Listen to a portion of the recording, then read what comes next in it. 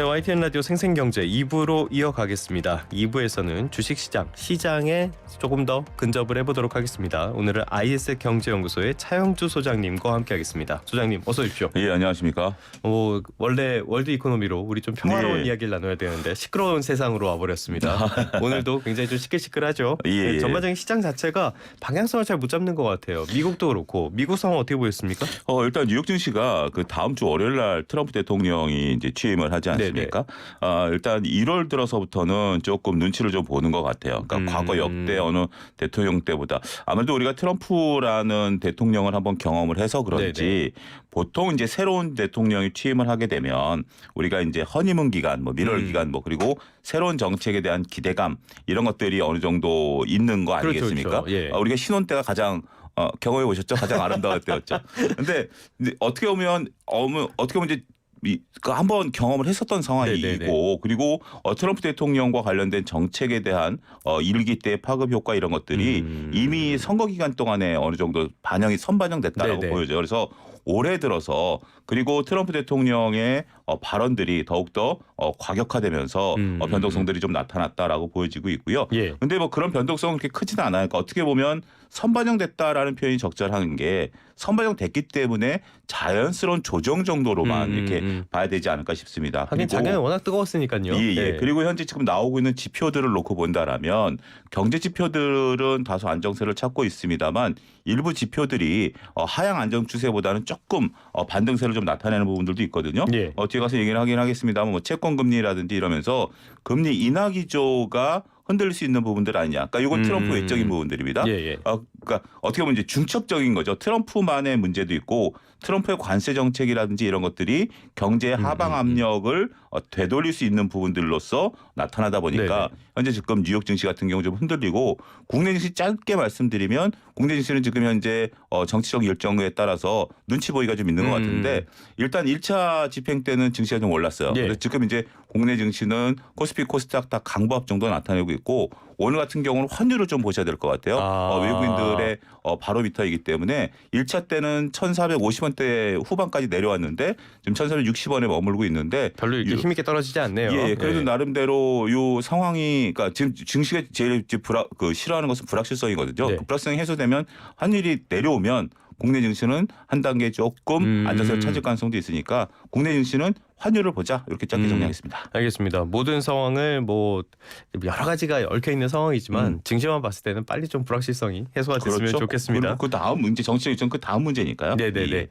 알겠습니다. 그런데 지금 미국 상황을 다시 한번 보자면요. 미국에서 기술주들의 부진이 좀 이어지고 있어요. 조정이 계속 이어지고 있는데 이거 국채 금리가 굉장히 높은 이거랑도 연관이 있는 겁니까? 여러 가지 연관이 있는 부분들이죠. 일단 기술주를 이해하기 전에 좀 더 큰 것인 국채 금리를 가지고 좀 말씀드리도록 하겠습니다.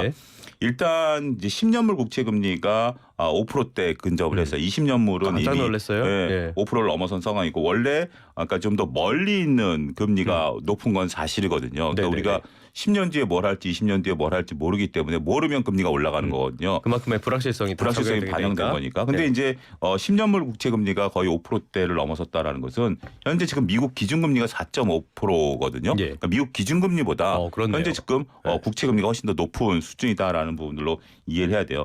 근데 국채 금리가 올라가면 왜 주식시장의 변동성이 시작이 되느냐라는 것은 이론적인 설명들을 몇 가지 간단하게 말씀을 드리면 금리가 올라간다라는 것은 돈의 가격이 올라간다라는 거거든요. 쉽게 얘기하면 돈을 빌릴 때 더 많은 이자를 줘야 되는데 더 많은 이자를 준다라는 건 뭐죠? 경기가 둔화될 것 같으니까 경기가 둔화될 것 같으면 돈을 갖고 있는 사람들은 내가 굳이 돈을 빌려줄 필요가 있겠어? 내가 갖고 있는 게 낫지? 근데 내 돈을 빌려가려면 이자를 좀 더 줘. 이 현상이 금리가 올라가는 거거든요. 두 번째는 현재 지금 금리가 이렇게 올라가게 되면 주식시장과 있어서 대체제 효과를 보셔야 됩니다. 많은 분들이 간과하고 있는 건데 내가 지금 주식시장이 1월 들어서 변동성이 있는데 채권 사놓으면 앉아서 5% 보는데 내가 왜 무위험 수익률인데 내가 왜 리스크를 떠안고 1년에 5% 못 벌 수도 있는데 주식을 해? 이 대체제가 생긴다라는 거죠. 안전자산의 끝판왕이니까. 끝판왕이니까. 그리고 이제 그러면 이제 채권 가격은 떨어지는 거니까 금리가 올라가면.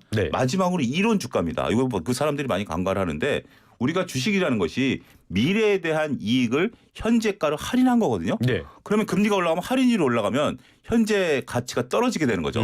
그러면 PER이 높아지게 됩니다. 이건 좀 어려운 건데 어찌됐든 어려운 얘기네요. 어려운 얘기지만 이론적으로 봤을 때 현재에 대한 주식 가치가 떨어지게 돼요. 그러다 보니까 주가가 떨어질 수밖에 없는 것이다. 이 정도로만 정리하도록 하겠고.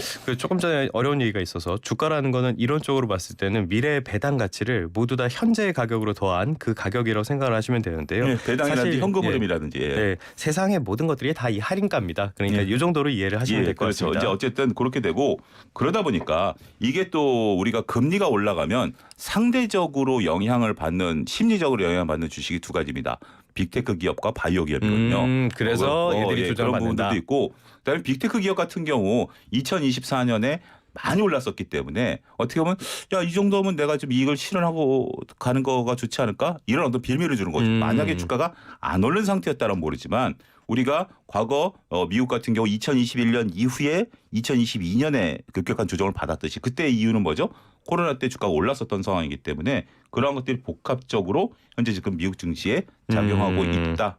더군다나 가장 마지막 결론은 트럼프가 무슨 행동을 할지 모르니까 이때 차라리 챙기고 다시 사더라도 그렇게 보자라는 심리도 만만치 않다 이렇게 전해드리겠습니다. 존재 자체가 불확실성 같은 분이라서 아무튼 눈에 띄는 종목 섹터 한번 살펴보도록 하겠습니다. 사실 제일 눈에 띄는 거 이번 주의 핵심이라면 양자 컴퓨터주들이 아닐까 싶어요.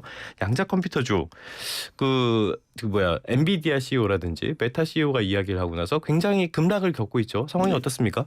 처음에 이제 구글이 양자 컴퓨터를 개발했다 그랬을 때 주가가 급등을 했어요. 그러니까 이제 양자 컴퓨터가 무엇이냐라는 개념은 아주 간단하게 제가 문과생이 하면 우리가 이제 기본적인 컴퓨터는 볼펜으로 뭘 하나 볼펜이 옆으로 이제 흘러가는 과정이라고 보면 돼요. 1 더하기 1 더하기. 그다음에 이것을 AI는 이걸 딱 세워놓으면 병렬로 1 더하기 1을 동시에 한 10개 정도 진행한다라고 치면 돼요.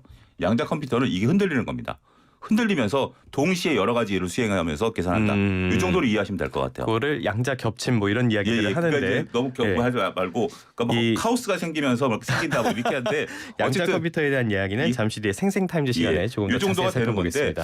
이게 이제 개발이 되고 나면 우리가 이제 그 동안에 뭐 다양한 뭐 앞서 있었던 이러한 방식들로 이루어졌던 계산 방식과 다른 형식의 이제 계산 방식이 이루어지다 보니까. 이게 되면 이제 획기적이게 되는 거죠. 우리가 인공지능이 새로운 모든 것을 획기적으로 끌어왔는데 양자는 이거보다 더 몇 배 승수의 어떤 효과를 나타낼 수 있는 부분들에서 주가가 올라갔는데 여기에 이제 젠슨왕이 찬물을 끼얹었죠. 현재 기술 개발 속도로 되면 30년 이내에 상용화되기는 어렵다. 그러다 보니까 양자 관련주들이 좀 많이 흔들렸어요. 대표적으로 아이온큐라는 미국의 그 양자 컴퓨터 관련 종목이 있습니다. 제가 깜짝 놀란 게요. 이 아이온큐 주주의 3분의 1이 우리나라 사람들이라면서요? 그렇습니다. 깜짝 놀랐어요. 아이온큐만 보더라도 이게 11월 달에 17달러 부근에서 1월 달에 56달러 부근에서 다시 30달러고요. 그다음에 리케티 컴퓨팅이라는 것이 있는데 이 2달러가 22달러까지 올랐다 지금 9달러인데 말씀하신 것처럼 지금 현재 여기에 아이온큐의 30% 그다음에 리퀴드 컴퓨터의 15%가 국내 주주랍니다. 그래서 어떤 밈 현상, 그다음에 나름대로 소로스가 얘기한 재기적 현상, 주가가 올라가니까 팔아. 많은 유튜버에서도 이것을 거론했더라고요. 내 말이 맞지 않느냐, 이 주가 올라간다. 그러다 보니까 이게 되는 거였는데 하면서 따라가는 여기서 지금 많은 이제 국내 투자자들이 소위 이제 물려 있고. 아이온큐가 들어간 ETF는 상장 폐지가 지금 돼가지고 국내 주요 증권사들이 고객분들에게 이것을 안내하고 있다 이런 기사도 오늘 나왔습니다. 그러면 손실 규모가 만만치 않을 것 같아요. 나온 게 있습니까?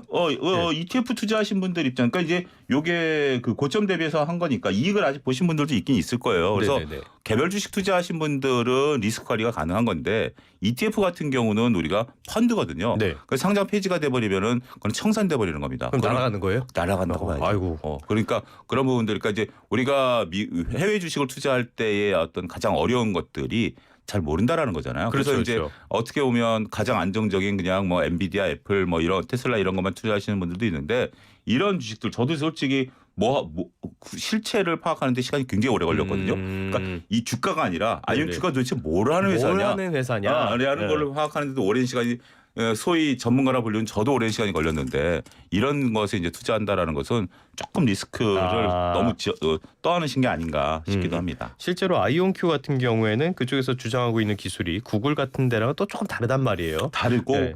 또 근데 이부 여기에 이제 국내 분이 여기에 또 공동 창업자예요.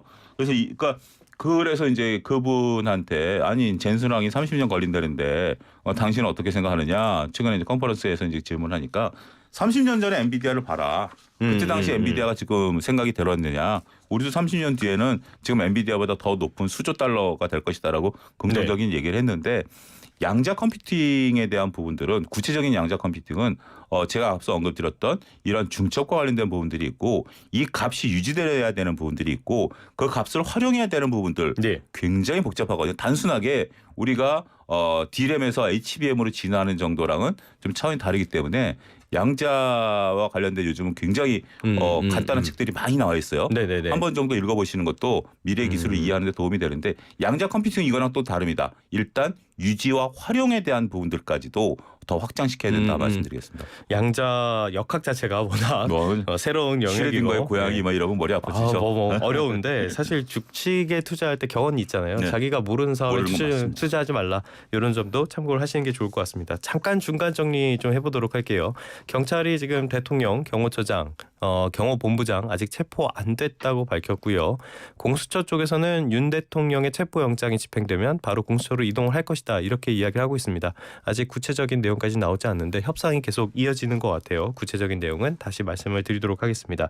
자, 많은 기업들에 대한 이야기를 해봤습니다. 주로 양자 컴퓨터 이야기를 해봤는데 이제는 트럼프 이야기를 안 할 수가 없을 것 같아요. 트럼프 취임식이 20일인가요? 진짜 예, 월요일 날, 그러니까 20일 날 월요일 날인데이죠. 아유 무서워. 예. 취임하는데 이제 가장 중요한 것은 주식시장에서 행정명령을 어떻게 어디까지 하느냐가 가장 관건이 되는 것 같아요. 취임 첫날에 자기가 독재자가 될 거라고 공언을 했었잖아요. 그러니까요. 예. 그리고 이제 보통 우리가 그 대통령 선거 기간 동안에 선거를 위해서 집토끼가 됐던 바깥토끼가 됐던 하기 위해서 좀 과격한 발언을 할 수 있는 부분들도 있고 그리고 이제 그것이 정책화되는 과정에 있어서 순환 과정을 겪는 거 아니겠습니까? 예. 일기 때도 트럼프 대통령의 공약과 정책 이행률은 50% 미만이었기 때문에 어느 정도 이제 우리가 과격한 언사가 이제는 되는 거 아니냐라고 했는데 여전히 과격한 언사가 지속이 좀 되고 있는 거죠.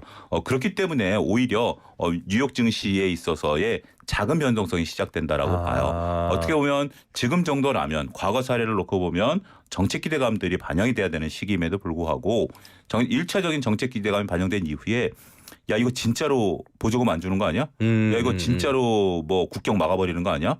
관세 정말로 때려버리는 거 아니야? 막 이러다 보니까 그리고 기후협약 또 탈퇴하는 거 아니야? 막 이런 얘기들이 이제 진짜 불안감이 일부 있죠. 그러다 보니까 트럼프 대통령이 이제 주식시장에서 바라볼 때는 첫날 어떠한 행정명령, 이 행정명령에 따라서 한 국가와 한 기업의 명운이 달려있기 때문에 그것을 예의주시하면서 정중동 상태. 그러니까 어떻게 보면 국내 증시 같은 경우도 현재 1차 정치 일정보다 변동성이 작은 게 오히려 이제 이것보다는 트럼프 쪽에 더 쳐다보고 있는 게 아니겠나 이런 예측도 가능할 것 같습니다. 뭐 불확실성, 변수 이런 것들을 의인화해서 사람을 만들어오면 아마 트럼프가 아닐까라는 그렇죠. 생각이 드는 사람인데 이럴 땐 그러면 시장은 어떻게 접근을 해야 돼요? 근데 이럴 때는 정말 섣불리 움직일 상황은 아닌 것 같아요. 근데 국내 주식시장도 강보합이지만 저도 잠깐 봤습니다만 특별히 어떤 누구 하나 나를 따르라라고 움직이는 건 없거든요. 전반적인 분위기가 다 삼성전자도 5만 5천 원 부근, 하이닉스 20만 원 부근에서 그냥 머무르고 있어요. 그러고 있는 상태고 나머지 이제 뭐 조금 움직였었던 종목들도 그런 상태이기 때문에 이럴 때는 두 가지 방법인 것 같아요. 지금 현재 챙길 수 있는 것은 3분의 1 정도는 챙겨놓는 게 좋다. 그러니까 수익이 좀 나가지고 뭐 미국의 엔비디아가 됐던 테슬라가 됐던 고점에서 못 팔았다 너무 억울해하지 마시고 차익 실현을 하시라. 그러니까 현금이 있으시면은 뭐 그냥 버티셔도 되는데 내가 현금이 없다라고 한다라면 3분의 1 정도는 현금을 마련해 놓으시면 또 새로운 것들이 나타날 거예요. 트럼프 정책 수혜주라든지 이런 것들이 좀 나타날 가능성이 있다라고 보고 공격적인 투자는 그러니까 조금은 내가 국내 투자자분들에게 항상 잔소리처럼 하는 얘기가 바닥에서 뭘 하려고 하지 마라. 바닥에 차라리 돌다리도 두들겨 가라라는 우리 선조들의 훌륭한 격언을 생각하고 좀 더 주고 덜 먹더라도 지금은 안전한 게 최고지. 불확실성 그 주식은 불확실성이 리스크 테이크다라고 어느 분이 방송에서 저랑 같이 하는데 그 리스크 잘못 떠안으면 다이한다. 그렇죠. 그런 부분들이 있기 때문에 지금은 다들 눈치 보고 있는 게 뭔가 조금 어설없어 보여도 그게 오히려 더 현명할 수도 있다. 저는 그렇게 말씀드리겠습니다. 지금은 조금 더 보수적으로 접근할 그렇죠. 필요가. 너무 개인 투자자들 분들 보면은 너무 공격적으로 시장에 접근하시는 경우가 많은 것 같아요. 역발상 투자한다고 혼자 역발상 투자하시다가 그건 역발상이 아니죠. 혼자 급발진하는 거죠. 이런 부분도 좀 참고해서 적당한 그 수위 조절을 하시는 게 좋을 것 같고요. 자, 트럼프의 취임식. 여기에는 정영진 회장도 가신다고 들었는데 당일 저녁에 무도회 열리는데 여기에도 참석을 하신다고 해요. 이러면은 신세계 그룹주 측면에서는 전반적으로 호재가 될 가능성 어떻게 보십니까? 근데 이제 투자분들이 많이 현명해지신 게 이게 뭐 회장이 무도회장에 간다라 그래서 뭔가 되는 게 아니라 우리도 파티 가는 거잖아요. 네네네. 파티에서는 보통 이제 우리 영화를 보더라도 파티에서 일 얘기는 안 하죠. 그렇죠. 서로 이제 덕담하고 안면 트고 하는 건데 정영진 회장 정도 되면 이제 뭐 웬만한 뭐 인맥이 되겠지만 뭐 당신도 트럼프 인맥이냐 뭐 이제 이러면서 서로 안면 정도 트면 궁극적으로는 좋겠죠. 그리고 정영진 회장이 미국에서 하고 있는 다양한 소비와 관련된 뭐 심지어 와이너리까지 갖고 계시잖아요. 뭐 이런 부분들이 되는 부분들이고. 근데 지금 현재 정영진 회장이 이렇게 앞서 나서는 것은 어떻게 보면 지금 현재 신세계 그룹 내에서 이명희 총괄 회장께서도 현재 지금 이제 아들한테 완전히 이제 정권을 실어주는 거 아니었습니까? 지난번만 하더라도 어떻게 보면 정영진 회장이 조금 그룹 내에서 조금 거리가 있는, 그러니까 본격적으로 참여를 안 했었던 느낌이었다라면 이번에 이마트 지분을 이제 어머니 거를 이제 가져오게 되고 책임 경영을 하게 된다라는 부분들, 그다음에 이제 구조조정, 강력한 구조조정 이런 것들을 작년에 했기 때문에 이걸 호재다라고 보기는 어렵겠습니다만 정영진 회장이 그래도 다행스럽게 이제 트럼프 대통령 아들과의 인맥을 통해서 나름대로의 독자적인 소비라든지 이런 쪽에 있어서의 역할을 우리는 좀 기대한다. 이렇게 정리를 좀 해야 될 것 같습니다. 투자자분들도 그래도 많이 현명해지셔서 이런 좀 안타까운 것은 뭐 현대차라든지 이런 쪽에서 기부금을 많이 냈음에도 불구하고 취임식에 참석을 못한다라는 측면이 있어서 보면 조금 더 우리 그 기업들이 분발해야 되는 면도 있지 않을까라고 역으로 좀 말씀드리겠습니다. 뭐 기업의 대관도 중요하지만 거기를 지원해주는 정부의 역할도 중요한데 지금 정부가 절해서 참 아쉬운 게 많은 시점입니다. 지금까지 IS의 경제연구소 차영주 소장님과 함께 주식시장을 둘러싼 다양한 이슈들 진단해봤습니다. 오늘 말씀 고맙습니다. 감사합니다.